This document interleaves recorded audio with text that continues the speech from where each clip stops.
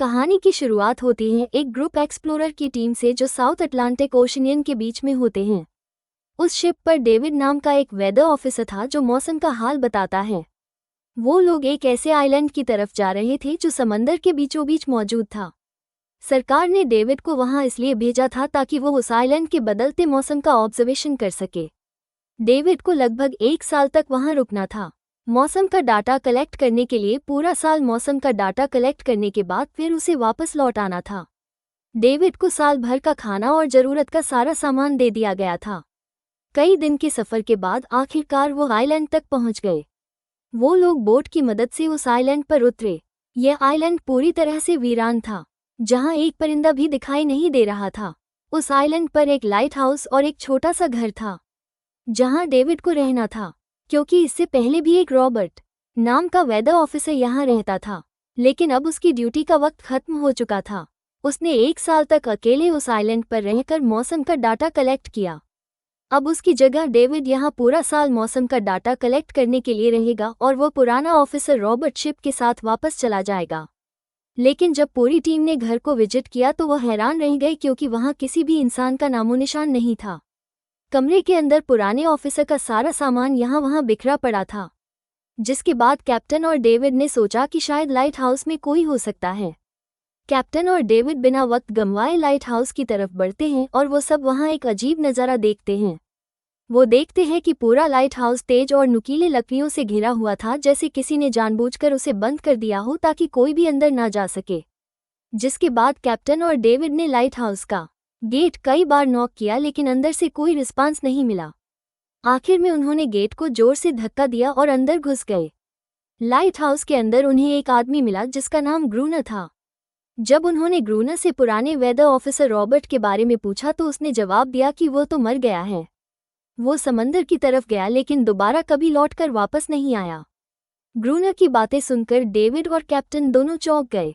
ये सब सुनने के बाद कैप्टन ने डेविड से कहा, अगर तुम अब भी चाहो तो हमारे साथ वापस चल सकते हो। लेकिन डेविड ने वापस जाने से इनकार कर दिया।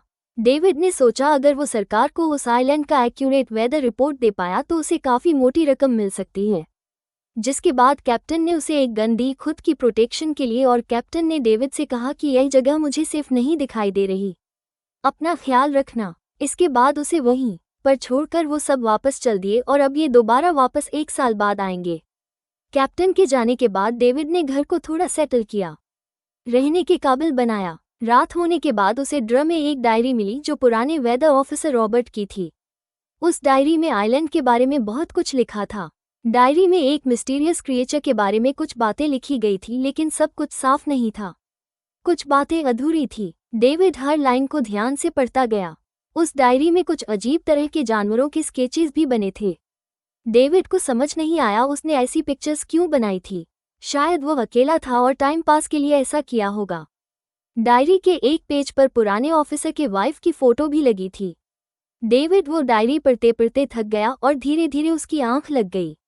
अगली सुबह डेविड ने मौसम का डाटा कलेक्ट करना शुरू कर दिया, लेकिन समंदर के पास पहुंचते ही उसके कदम रुक गए। उसने देखा कि चट्टानों के बीच कुछ पत्थर अजीब तरीके से सजाए गए हैं और उनके बीच शेल्स रखे थे। अजीब से पैटर्न में डेविड ने सोचा शायद ये सब ग्रूनर ने किया है। वो ये सोचकर दोबारा अपने काम में लग गया।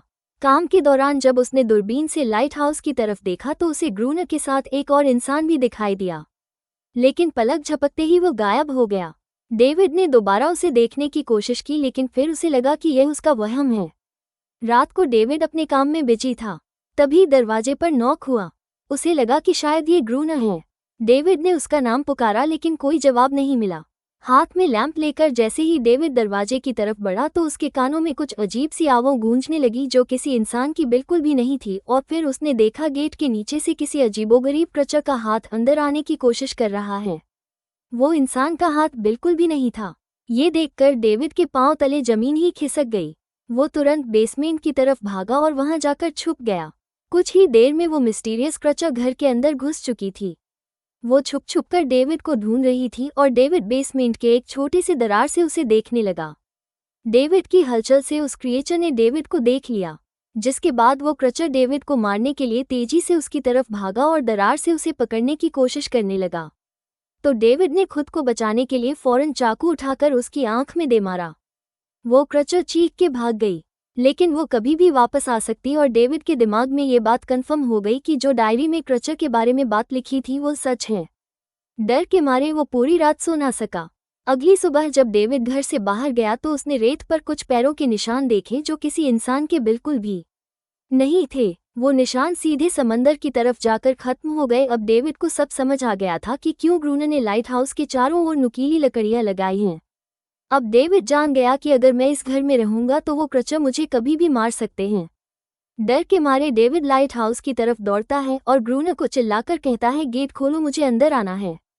लेकिन ग्रूनर उसे अंदर नहीं आने देता और कहता है, तुझे शिप के साथ लौट जाना चाहिए था। डेविड निराश होकर वापस लौटता है क्योंकि क्रोनर उसे लाइट हाउस के करीब भी नहीं देखना चाहता था। वो उसके ऊपर पानी गिराकर उसे दूर जाने को कहता है। अब उसे खुद ही कुछ करना होगा। उसने घर की हर एक विंडो को लकड़ी से बंद कर दिया, चारों तरफ नुकीली लकड़ियों से घेरा बनाया और गेट के बाहर पुराने कागज और किताबें रखी। फिर उन पर तेल छिड़क दिया ताकि अगर वो क्रेचर वापस आए तो उसे आग से डराकर भगाया जा सके। लेकिन एक बात थी जो डेविड अब तक नहीं जानता था और यह बात उसे आज रात पता चलने वाली थी। खुशकिस्मती से उसे घर के अंदर एक पुराना बॉक्स मिला। उस बॉक्स में एक गन थी और बहुत सारी बुलेट्स। ये देखकर उसे जिंदा रहने की थोड़ी सी उम्मीद मिली। जैसे जैसे सूरज ढलने लगा, डेविड के दिल में डर बढ़ने लगा। कुछ ही देर में चारों तरफ रात का अंधेरा छा गया। डेविड गन हाथ में लिए घर के एक कोने में चुपचाप बैठा था। उसकी दिल की धड़कनें तेज थी।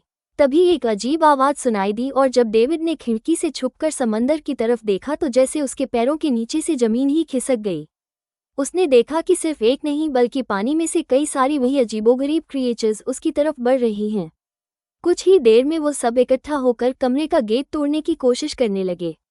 डेविड ने तुरंत गोलियां चलानी शुरू की जिनमें से कुछ क्रिएचर्स गिरकर मर गए। डेविड को लगा कि गोली की आवाज सुनने के बाद वो डर कर भाग जाएंगे, लेकिन अपने साथियों को मरता हुआ देखकर वो और भी ज्यादा गुस्सा हो गए। तब डेविड प्लान भी अपनाते हुए गेट के बाहर रखे कागजों और पुरानी किताबों को आग लगा देता है। आग देखकर वो क्रिएचर्स डर के मारे वापस समंदर में लौट गए। लेकिन अब वही आग डेविड के घर तक पहुंच चुकी थी। घर के दरवाजे ने आग पकड़ ली और धीरे धीरे फैलने लगी क्योंकि पूरा घर लकड़ी का बना हुआ था। डेविड ने तुरंत एक चादर में खुद को लपेटकर अपनी जान बचाई और बाहर निकलकर लाइट हाउस के पास एक बड़े पत्थर के पीछे छुप गया। क्रीचर्स को शूट करते वक्त डेविड के हाथ में काफी गहरी चोट भी आई। तभी अचानक तेज बारिश शुरू हो गई। आग धीरे धीरे बुझने लगी, लेकिन पूरी रात की बारिश के बाद भी सुबह तक डेविड अपना घर नहीं बचा पाया। पूरा घर जलकर लगभग राख हो चुका था। अब अगर डेविड को जिंदा रहना है तो उसे लाइट हाउस में पनाह लेनी होगी। उसने अपनी राइफल उठाई और लाइट हाउस के पास के पत्थरों के बीच छुप गया और इंतजार करने लगा कि कब ग्रूनर पानी भरने आएगा। जब ग्रूनर पानी भरने के लिए लाइट हाउस से बाहर निकला तो डेविड उसके पीछे चल दिया। लेकिन तभी अचानक एक अजीब सा क्रिएचर जो ग्रूनर के पास ही था, उसने डेविड पर हमला कर दिया। लेकिन किसी तरह करके डेविड ने उसे काबू कर लिया। वो क्रिएचर ग्रूनर का रक्षक था। जब वो उसे शूट करने वाला था तो ग्रूनर ने तुरंत डेविड को रोका और कहा, रुक जाओ, यह मेरा पालतू है। डेविड ने गोली नहीं चलाई और मौके का फायदा उठाते हुए उसने ग्रूनर के साथ एक शर्त रखी, अगर इस क्रिएचर को जिंदा रखना है तो मुझे लाइट हाउस में रहने दिया जाए, नहीं तो मैं इसे मार दूंगा। जिसके बाद ग्रूनर ने हाँ कर दी क्योंकि डेविड के पास ढेर सारा खाना और गन पाउडर था। शाम होने से पहले दोनों बचा हुआ खाना लेकर लाइट हाउस लौट आए और वो दोनों आराम से सो गए। अगली सुबह वो क्रिएचर चुपचाप डेविड का हाथ चाट रहा था। जब डेविड नींद से जागा तो उसने देखा कि इस क्रिएचर के चाटने की वजह से उसका हाथ पूरी तरह से ठीक हो चुका है। ये सब देखकर डेविड हैरान हुआ। डेविड अब क्रोनर से इस क्रिएचर के बारे में और जानना चाहता था और फिर ये सब दुनिया के सामने लाना चाहता था क्योंकि यह किसी जादू से कम नहीं था। डेविड ने सोचा अगर इस क्रिएचर का राज दुनिया के सामने हम लाते हैं तो डेविड और क्रोनर दोनों बहुत सारा पैसा और नाम कमा लेंगे। लेकिन क्रोनर को ये सब नहीं चाहिए था। वो इस आइलैंड से कहीं नहीं जाना चाहता था। क्रोनर का अब इस दुनिया में कोई नहीं बचा था। उसके लिए यह आइलैंड परफेक्ट था, जहां वो अपने आप को एक किंग समझता था और अपनी मर्जी का मालिक। इसी वजह से उसने आइलैंड के कई हिस्सों में लिख दिया था, क्रोनर यहाँ का बादशाह है। लेकिन डेविड को यह समझ नहीं आ रहा था कि यह अजीब सी क्रिएचर क्रोनर की फालतू कैसे बनी। तो क्रोनर ने बताया कि एक बार क्रोनर ने उसकी जान बचाई थी। वो गलती से उसके फिशिंग नेट में फंस गई थी। तब ये क्रेचर छोटी थी और उस दिन के बाद से वो क्रोनर के साथ ही रह गई। उसकी हर बात माननी शुरू कर दी। लेकिन क्रोनर एक सख्त इंसान था। वो इस क्रिएचर के साथ बहुत बुरा बर्ताव करता था। क्रोनर हर दिन इस क्रिएचर के साथ फिजिकल रिलेशन रखता था। क्रोनर ने बताया कि एक बार इस क्रिएचर ने मुझ पर हमला भी किया था और उसके बदले में क्रोनर ने उसे ऐसी सजा दी कि उस सजा के बाद वो क्रिएचर अपने आप को क्रोनर की गुलाम समझने लगी। और आप सब भी समझ गए होंगे कि हर रात वो क्रिएचर्स समुद्र से बाहर क्यों आते हैं। वो सभी इसलिए आते हैं ताकि अपने साथी को क्रोनर से छुड़वाकर वापस ले जाए। लेकिन क्रोनर ऐसा नहीं होने देता। वो क्रिएचर्स दिन के उजाले में अटैक नहीं कर सकते क्योंकि सूरज की रोशनी उनकी स्किन जला देती है। डेविड अब यहाँ और नहीं रहना चाहता था। वो किसी तरह से आइलैंड से अपनी जान छुड़ाना चाहता था। खैर शाम होने लगी और क्रोनर ने उससे कहा गन लेकर रेडी हो जाओ क्योंकि वो क्रिएचर्स कभी भी हमला कर सकते हैं। वो लाइट हाउस की लाइट ऑन करने के लिए तैयार हो गए और कुछ ही देर में समुद्र से बड़ी संख्या में क्रिएचर्स निकलकर बाहर आ गए। वो लाइट हाउस की तरफ बढ़ते जा रहे थे। क्रोनर उन पर लगातार फायर करता जा रहा था। लेकिन डेविड पूरी तरह से डर गया था। वो लाइट हाउस के अंदर की तरफ आने लगा। क्रोनर के बार बार कहने के बावजूद वो बस एक कोने में चुपचाप बैठा रहा और कुछ ही देर में डेविड बेहोश हो गया। क्रोनर पूरी रात अकेला इन क्रिएचर से लड़ता रहा। अगली सुबह क्रोनर ने गुस्से में डेविड के मुंह पर पानी डालकर उसे उठाया और कहा, अगर तुम्हें जिंदा रहना है तो इनकी जान लेनी होगी, नहीं तो तुम्हें लाइट हाउस से निकाल दिया जाएगा और तुम्हें मेरी हर बात माननी होगी। रोजाना पानी भर कर लाना, लाइट हाउस के छोटे बड़े काम करना और रात को मेरे साथ गार्ड ड्यूटी भी करनी होगी। अब डेविड के पास दूसरा कोई ऑप्शन नहीं था। इसी वजह से ये सब करना उसकी मजबूरी बन गया। डेविड अब क्रोनर की हर बात मानने लगा। लेकिन एक चीज़ थी जो उसे बिल्कुल भी पसंद नहीं आई। वो ये थी कि हर रोज उस फीमेल क्रिएचर को अलग अलग तरीकों से फिजिकली टॉर्चर करना। रात होती है, दोनों फिर से गार्ड ड्यूटी के लिए तैयार हो जाते हैं और एक बार फिर वो क्रेचर समुद्र से निकलकर बाहर आते हैं। लेकिन आज डेविड को डर नहीं लग रहा था। उसने क्रेचर पर फायरिंग शुरू की, मगर आज क्रोनर कुछ भी नहीं कर रहा था। वो डेविड को बाहर छोड़कर लाइट हाउस का गेट बंद कर देता है और खुद चुपचाप अंदर बैठ जाता है ताकि डेविड खुद सीख सके कि इन क्रिएचर्स से कैसे लड़ा जाता है। इसी तरह डेविड को लड़ते लड़ते वो रात कट जाती है और सुबह हो जाती है। सुबह क्रोनर ने देखा कि डेविड लाइट हाउस के गेट के बाहर खून में लथपथ बैठा था। अब उसने सीख लिया था कि इन क्रिएचर्स से कैसे लड़ना है। इसी तरह समय गुजरता गया। रातों को इन क्रिएचर्स से लड़ते हुए और दिन भर क्रोनर के लाइट हाउस के काम संभालते हुए यह आइलैंड अब उसके लिए एक बंद घर जैसा हो गया था। वो हर वक्त सोचता रहता था कि कब ये जगह छोड़कर आज़ादी की सांस लेगा। समय के साथ साथ डेविड का उस फीमेल क्रिएचर के साथ एक अजीब सी दोस्ती बन गई थी। डेविड को उसके लिए अब बुरा लगने लगा था। अब उसे समझ आया कि अपने लोगों को छोड़कर अकेला रहना कितना मुश्किल होता है। शायद वो क्रिएचर भी कुछ ऐसा ही महसूस करती थी। डेविड ने उस क्रिएचर को एक नाम भी दिया, अनारियस। इसी तरह से दिन गुजरते गए और फिर एक दिन उन्होंने देखा कि इन क्रिएचर्स के अटैक्स धीरे धीरे कम हो रहे हैं। डेविड सोचता है शायद सर्दियों में वो कहीं और चले जाते हैं या फिर शायद उन्हें समझ आ गया था कि इन दोनों से लड़कर कुछ हासिल नहीं होगा। लेकिन क्रोनर ने उससे कहा कि ऐसा बिल्कुल नहीं है, वो फिर से अटैक करेंगे। अब वो अपनी संख्या बढ़ा रहे हैं। कुछ और दिन ऐसे ही गुजर गए। एक रात डिनर के बाद क्रोनर और डेविड ने टाइम पास के लिए चेस खेलना शुरू किया। लेकिन यहीं पर क्रोनर से एक बड़ी गलती हो गई। वो दोनों खेल में इतने उलझ गए कि लाइट हाउस की लाइट्स ऑन करना ही भूल गए। अंधेरे का फायदा उठाकर क्रिएचर्स ने उन पर अटैक कर दिया। डेविड ने देखा कि क्रिएचर्स की संख्या इतनी ज्यादा थी कि दो लोग मिलकर भी ज्यादा देर तक नहीं लड़ सकते थे और इस बार उनके पास कोई प्लानिंग भी नहीं थी।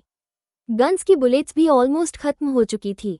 किसी तरह बचते बचाते वो लाइट हाउस के टॉप तक पहुंच गए। लेकिन इस बीच क्रोनर के पैर में गहरी चोट आ गई। वो क्रिएचर्स आज उन पर भारी पड़ गए थे। दोनों को लगा कि आज उनकी मौत पक्की है। लेकिन खुशकिस्मती से सुबह हो गई।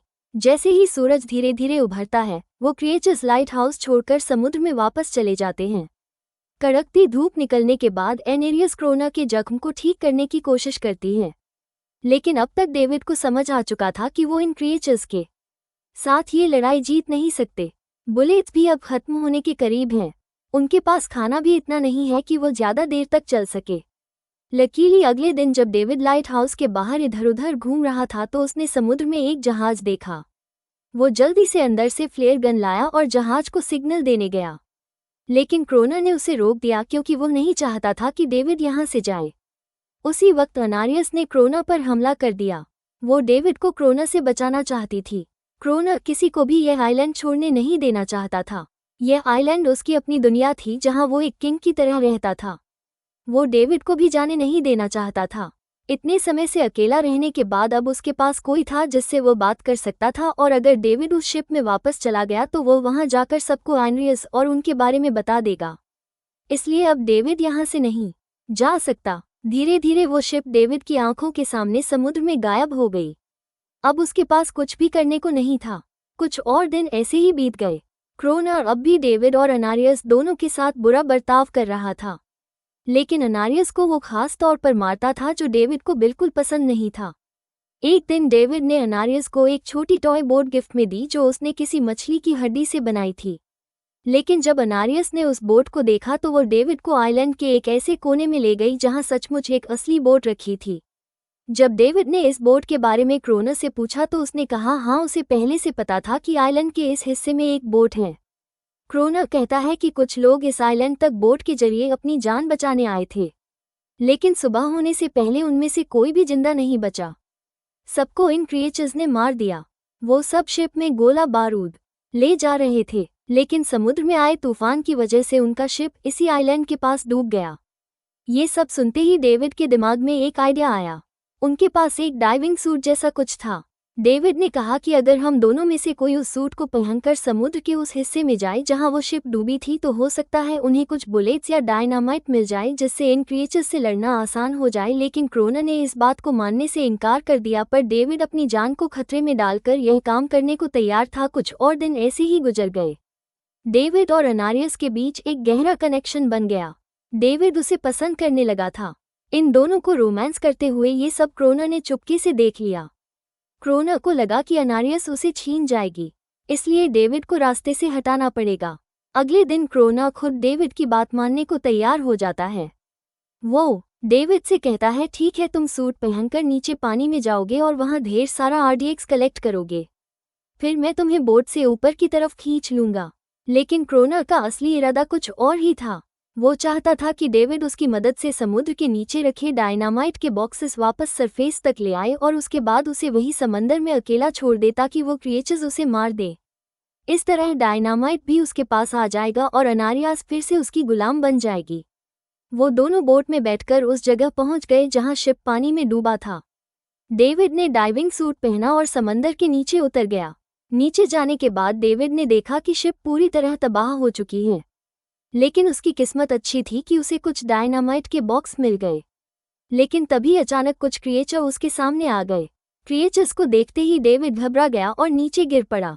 वो ड्राइविंग सूट इतना भारी था कि वो हिल भी नहीं पा रहा था और डेविड क्रोना को ऊपर सिग्नल भी नहीं भेज पाया। क्रोना को लगा कि शायद वो क्रिएचर्स डेविड को मार चुके हैं, लेकिन असल में वो तो सिर्फ 2 छोटे बच्चे थे। डेविड ने जैसे तैसे करके अपना डाइविंग सूट वहीं छोड़ दिया और ऊपर सतह तक खुद को पहुंचाया। उन्हें वहां कुछ पुराने बॉक्स मिले जिनमें डायनामाइट था। इसके बाद ये दोनों काम पर लग गए। उन्होंने लाइट हाउस के आसपास 2 लेयर्स में डायनामाइट बिछा दिया ताकि जब अगला हमला हो तो वे मॉन्स्टर्स को एक ही बार में खत्म कर सके। कुछ महीने बीत गए और बर्फबारी का मौसम आया, लेकिन एक बार फिर वो क्रिएचर्स गायब हो गए।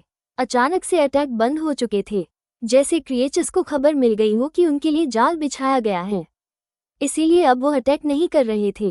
क्रोना को लगा कि शायद अनारियास ने उन क्रिएचर्स को खबरदार कर दिया है, जिसकी वजह से वो अनारियास पर जुल्म करने लगा, लेकिन डेविड ने उसे रोक लिया। आखिर में दोनों ने मिलकर एक नया प्लान बनाया, लाइट हाउस का मेन गेट खुला छोड़ने का, ताकि जैसे ही वो क्रिएचर्स पास आए डायनामाइट से उन सबको उड़ा दिया जाए। डेविड ने चालाकी से काम लेते हुए अनारियास को लाइट हाउस के टॉप पर चीखने को कहा। एनरिस की आवाज़ सुनते ही सभी क्रिएचर्स गुस्से से भड़क उठे। क्रिएचर्स ने जब देखा कि लाइट हाउस का मेन गेट खुला हुआ है तो उन्हें लगा कि यह अच्छा मौका है अनारियास को छुड़ाने का, लेकिन असल में यह उनके लिए एक चाल थी। कुछ ही देर में वो क्रिएचर समंदर से बाहर निकलने लगे। वे सीधे मेन गेट की तरफ बढ़े और अंदर घुसते ही डेविड पर हमला कर दिया। डेविड भी हिम्मत दिखाता है और क्रिएचर से जान छुड़ा लेता है, जैसे ही वे सभी क्रिएचर लाइट हाउस के पास पहुंच जाते हैं तो क्रोना डायनामाइट का लीवर दबा देता है, लेकिन ब्लास्ट नहीं होता। असल में डेविड ने उसका कनेक्शन खोल दिया था और क्रोना उसे दोबारा लगाना भूल गया था। डेविड तुरंत ऊपर भागता है और डायनामाइट का वायर जोड़ना शुरू करता है। तब तक वो क्रिएचर्स लाइट हाउस पर चढ़ने की कोशिश कर रहे होते हैं, जिन्हें सिर्फ अकेला क्रोना रोकता है। जैसे ही कनेक्शन पूरा होता है, डेविड पहला लेयर उड़ा देता है, जिससे कई क्रिएचर्स ब्लास्ट में खत्म हो जाते हैं। लेकिन अभी भी काफी मॉन्स्टर्स लाइट हाउस पर हमला करने के लिए तैयार होते हैं।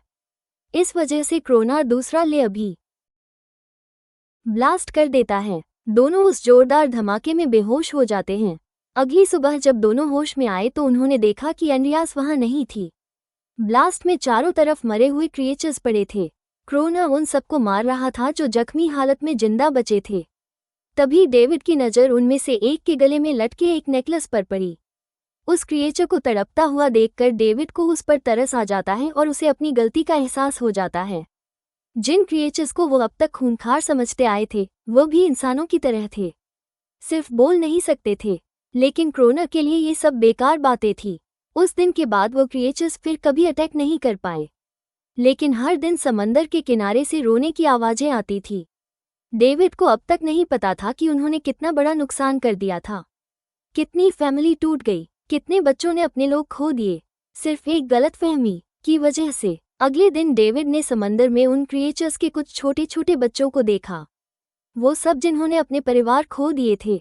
डेविड ने पत्थरों का एक गोल सर्कल बनाया और उसके बीच में वो छोटी टॉय बोट रख दी ताकि एनरिस उसे देखकर वापस लौट आए। डेविड ने कई घंटे इंतजार किया, लेकिन एनरिस कभी वापस नहीं आई। सुबह नींद से जागने के बाद डेविड ने देखा कि क्रोना सो रहा है। क्रोना के पास कुछ पुरानी चीजें रखी थी, उनमें एक पुरानी तस्वीर भी थी, और जैसे ही डेविड ने उस तस्वीर को देखा वो हैरान रह गया। वो लड़की जिसका फोटो उसने पहले दिन पुराने ऑफिसर रॉबर्ट की डायरी में देखा था, वो कोई और नहीं बल्कि क्रोना की पत्नी थी, और फोटो में क्रोना उसके साथ खड़ा था। असल में 1 साल पहले आए वेदर ऑफिसर रॉबर्ट मरा नहीं, बल्कि उसने अपनी पहचान बदल दी थी। यानी क्रोना ही वेदर ऑफिसर रॉबर्ट है, बस उसने अपना नाम बदल लिया था क्योंकि अब वो कभी इस आइलैंड को छोड़ना नहीं चाहता था। ये सब देखकर डेविड ने भी यह उम्मीद छोड़ दी कि वो कभी इस आइलैंड से जा पाएगा। अगले दिन शाम को जब डेविड समंदर के किनारे गया, उसने देखा कि उस सर्कल में रखी छोटी बोट अब वहां नहीं थी, लेकिन उसी जगह पर उसने एक क्रिएचर का छोटा सा बच्चा देखा जिसके हाथों में वो बोट थी। डेविड ने अपने हाथ में जलती हुई लकड़ी को उस सर्कल के बीच में फेंक दिया ताकि वो दिखा सके कि उसका इरादा लड़ने का नहीं है और उसे किसी को खतरा महसूस ना हो। वो उनके साथ दोस्ती करना चाहता था। कुछ ही देर बाद समंदर की लहरों से एनारिस निकलती है और उसके पीछे पूरा क्रिएचर्स का ग्रुप भी समंदर से बाहर आता है। लेकिन इस बार कोई भी डेविड पर अटैक नहीं करता क्योंकि वे भी अब शांति चाहते हैं। उनका इरादा सिर्फ एक सुरक्षित जगह पाने का था अपने बच्चों के लिए। लेकिन तभी वहां क्रोना हाथ में बंदूक लिए पहुंच जाता है। क्रोना को लगता है कि अगर शांति हो गई तो उसे सबसे ऊपर होने का एहसास कैसे होगा। डेविड उसे समझाने की कोशिश करता है कि ये क्रिएचर्स लड़ना नहीं चाहते, ये शांति चाहते हैं, लेकिन क्रोना किसी की नहीं सुनता। वो एनेरियस से चिल्लाकर कहता है अंदर चली जाओ, लेकिन ये पहली बार था कि एनेरियस ने उसकी बात नहीं मानी क्योंकि अब वो उसकी नौकरानी नहीं थी। ये देखकर क्रोना को लगता है कि अब इस आइलैंड पर उसकी बादशाहत नहीं रही। क्रोना खुद को अंदर से कमजोर महसूस करने लगता है क्योंकि अब कोई भी उसका हुक्म नहीं मान रहा था। गुस्से में उसने लाइट हाउस की तरफ कदम बढ़ाए। डेविड को लगा शायद क्रोना को अब समझ आ गया होगा कि हर एक जानवर आज़ादी चाहता है, कोई भी किसी का गुलाम बनकर नहीं जीना चाहता। लेकिन क्रोना के सर से बादशाहत का भूत कहाँ उतरने वाला था। जैसे ही वो लाइट हाउस पहुंचा, उसने सिग्नल गन से एक फ्लेयर छोड़ी जो सीधा जाकर एक क्रचर के बच्चे से टकरा गई। उस बच्चे की तुरंत मौत हो गई। सभी क्रचर्स डर के मारे भाग गए और एनरियस ने भी डेविड पर अपना पूरा भरोसा खो दिया। गुस्से से पागल डेविड तुरंत लाइट हाउस की तरफ भागता है क्रोना को सबक सिखाने। डेविड उससे लड़ने लगता है, क्यों किया तूने ये सब? ये लोग तो बस शांति चाहते थे। लेकिन क्रोना इतना हिंसक हो चुका था कि उसने डेविड को मारने का फैसला कर लिया। वो हाथ में लोहे का रड लेकर जैसे ही डेविड पर वार करने जा रहा था, डेविड ने उसे उसके असली नाम से पुकारा और कहा, रुक जाओ रॉबर्ट, तुम खूनी नहीं हो। ये सुनकर क्रोना एकदम रुक गया। असल में रॉबर्ट ऐसा इंसान कभी था ही नहीं।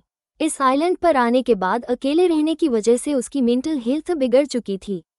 अकेलापन, अपनी पत्नी की मौत और गहरा डिप्रेशन, इन सब ने उसे ऐसा बना दिया था। वो असल में कोई किलर नहीं था, वो एक अच्छा इंसान था। क्रोनर को एहसास हुआ कि ये क्रिएचर्स कभी लड़ना नहीं चाहते थे, वे बस शांति चाहते। ग्रोनर ने उन्हें सिर्फ इसलिए मारा ताकि वो खुद को पावरफुल दिखा सके, और अब ग्रोनर को अपनी गलती का एहसास हो चुका था, इसीलिए उसने खुद को उन क्रिएचर्स के सामने सरेंडर कर दिया और कुछ ही पलों में उन्होंने उसे मार दिया। डेविड लाइट हाउस के अंदर खुद को लॉक कर लेता है। समय ऐसे ही बीतता चला जाता है और 1 साल बाद आइलैंड पर एक गवर्नमेंट अफसर आता है, साथ में एक नया वेदर ऑफिसर भी होता है। अब नए गवर्नमेंट अफसर ने इस आइलैंड पर वेदर मॉनिटर की ड्यूटी करनी थी। जब कैप्टन पिछले अफसर के बारे में डेविड से पूछता है तो डेविड भी वही बात करता है कि वो पानी की तरफ गया था लेकिन कभी वापस नहीं आया, और वेदर ऑफिसर को भी लगता है कि डेविड ही ग्रोनर है। डेविड ने भी उनकी इस गलतफहमी को ठीक नहीं किया। वो चुपचाप बालकनी पर गया और खड़ा हो गया बिना कुछ कहे, क्योंकि अब वो भी इस आइलैंड को छोड़ना नहीं चाहता था, बिल्कुल क्रोनर की तरह। इसी दौरान एनरिस भी अपने परिवार के साथ खुश थी। अब उन्हें किसी क्रोनर जैसे आदमी का डर नहीं था। अब वे आइलैंड पर भी और समंदर में भी आज़ादी से जी सकते थे। इसी के साथ कहानी खत्म हो जाती है।